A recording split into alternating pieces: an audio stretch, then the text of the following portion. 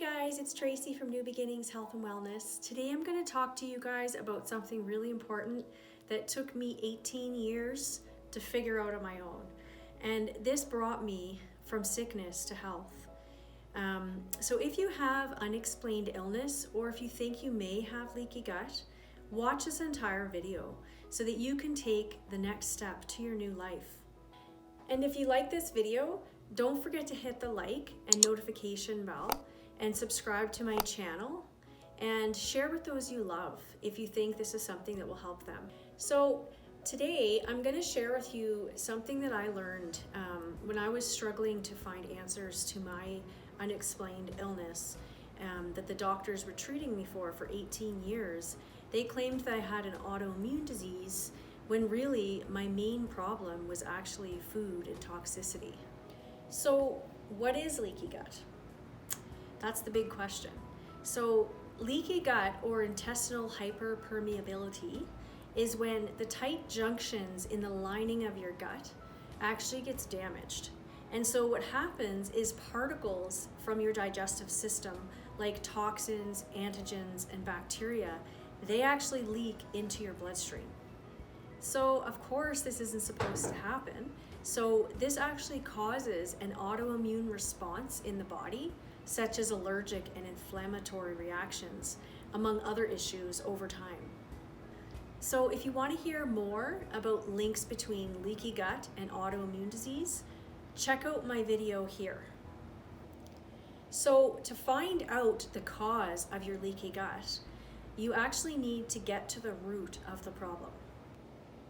So leaky gut can actually be caused by a poor diet and or food allergies, too much sugar, GMOs, refined oils, too much processed food, dairy products, chronic stress, too many toxins and chemicals, pesticides, chlorinated tap water, which is going to affect your gut flora, antibiotics, prescriptions, aspirin, NSAIDs, chemotherapy, and bacterial imbalances, which is also called dysbiosis in your gut as well.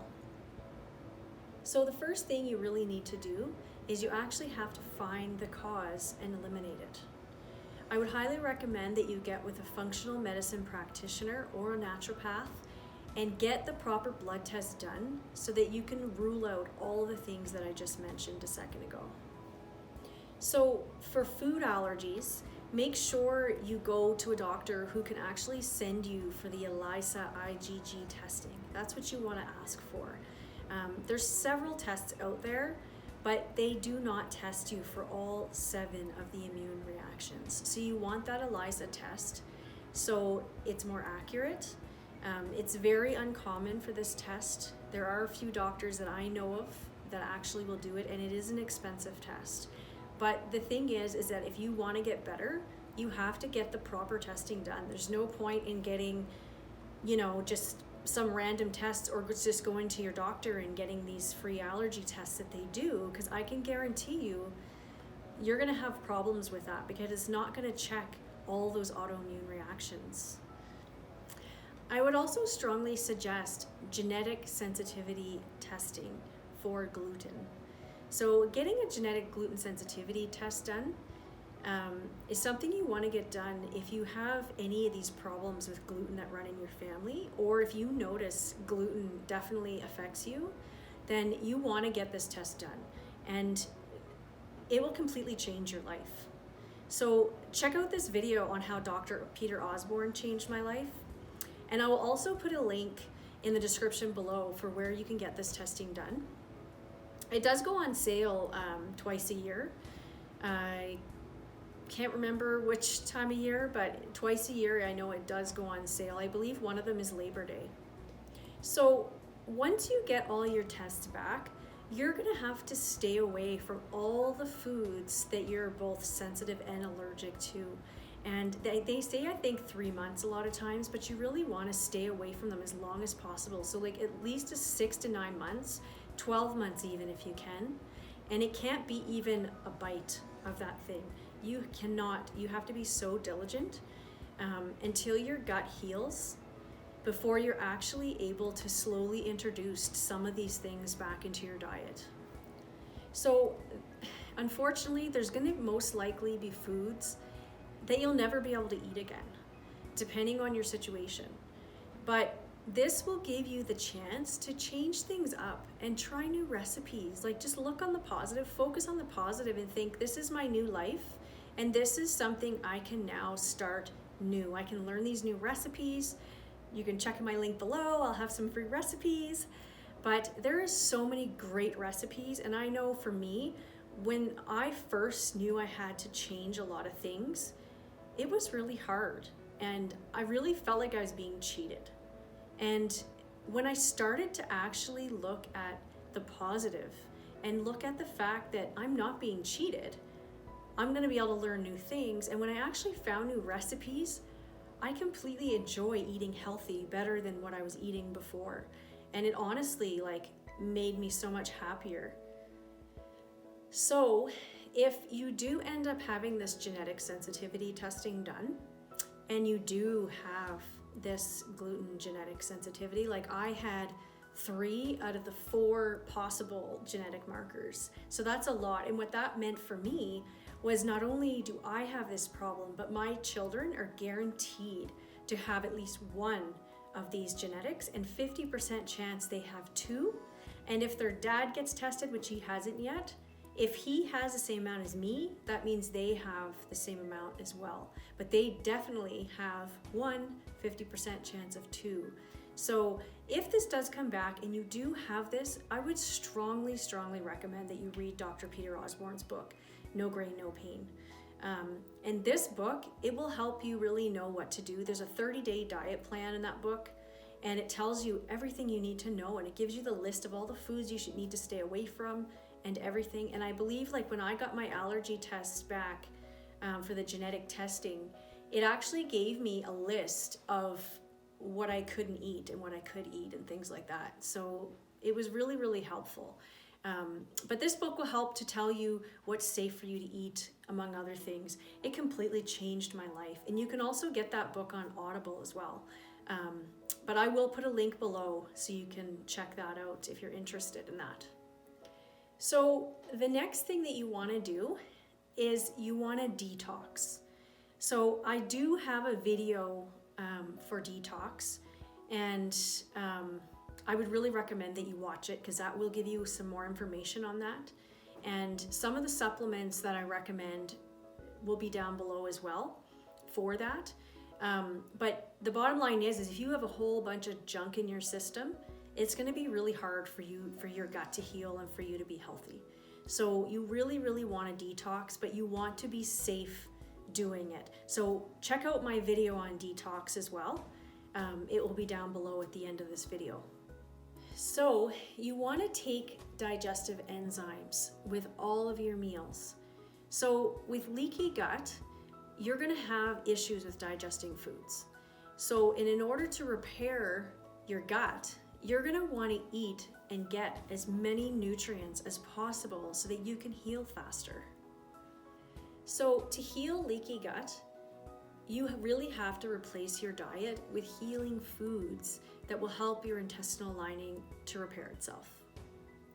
So bone broth protein powder, nutritious smoothies, and homemade bone broth soups, they're going to be the easiest things that you can possibly digest.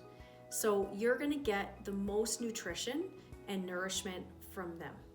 Check out my video. I also have a video on how to make your own homemade bone broth, and it's chicken bone broth. So you want to stick to chicken because chicken is less inflammatory, and you want to keep the inflammation down as much as possible. And so yeah, check out my video for that. That was my main staple when I was healing my leaky gut. I would make a soup every week, a different soup, and every day for lunch, that's what I ate. And sometimes if I was having a bad day or a bad morning, I would have soup even for breakfast. But it needs to be healthy, healing, nourishing soups. So definitely check out that video. And I'm also going to be putting a video up for different soups as well. So just stay tuned for that as well. So the other thing you want to stay away from is eating fast food and processed foods. Those have a lot of preservatives, nitrates, different oils that are full of pesticides. None of the fast foods are good for you, and none of the processed food is good for you either. So you want to stay away from that. Again, thinking about the fact that your gut is sick and you need to eat only nourishing foods so that you can get better as quick as possible. So just think in your mind, only real food, fruits, vegetables, meat, nuts and seeds, that's it. Soups, smoothies, that's it. You don't want to have anything packaged. You don't want to have any of those processed foods or anything like that, because that is going to make your condition go on longer. So the next thing that I'm going to talk about is exercise.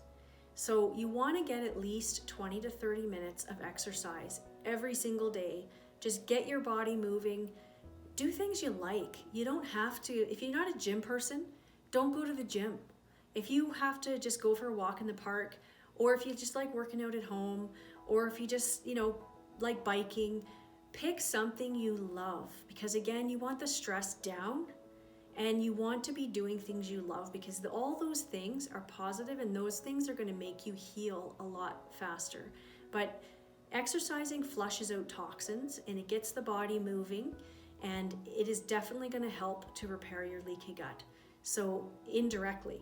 So you really need to be getting exercise every day. I can't stress that enough.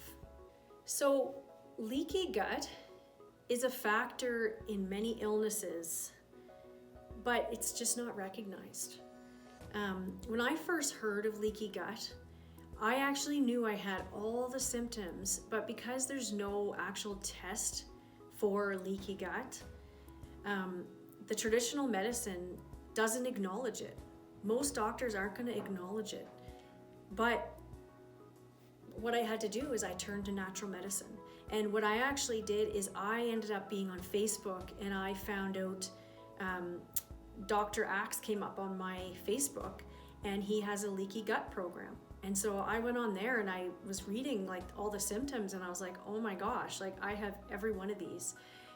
But it wasn't until I went in to see a natural practitioner that, I even remember walking through the door, and I had already studied on this. And when I came in, she says, the first thing she says is, I think you have leaky gut. Have you ever heard of that before? So guys, all these things that I'm sharing with you, these are things that I've learned for myself. These are things I've done. When I first found out I had leaky gut and I started to do all of these little steps, they all led me to recovering and being able to eat again. When you have leaky gut, you can't possibly be healthy. So though some of these things are hard, life's hard anyways. We just need to do them. You need to find out, do you have leaky gut? And if you do, take these steps, look into it for yourself, educate yourself so that you can get better too and you can find answers. So guys, the reason for this channel that I have is I've decided to start this channel so I can bring as much information to you as possible, so I can help as many people as I can. So if you want to be notified by any of my future videos, then just hit the subscribe button, hit the notification bell, and then you'll know when I have a new video coming up. Like my video and comment below if you'd like to, or if you have any questions. Feel free to comment below and ask the questions, and let me know what you learned from this video. And don't forget to share with those people you love so that they can get this info and not have to suffer for 18 years like I did. So for those of you new to my channel, there's a video, and it's my detox video, and it's right here. So thanks for watching, guys. Stay tuned for more of my videos, and remember, education is key.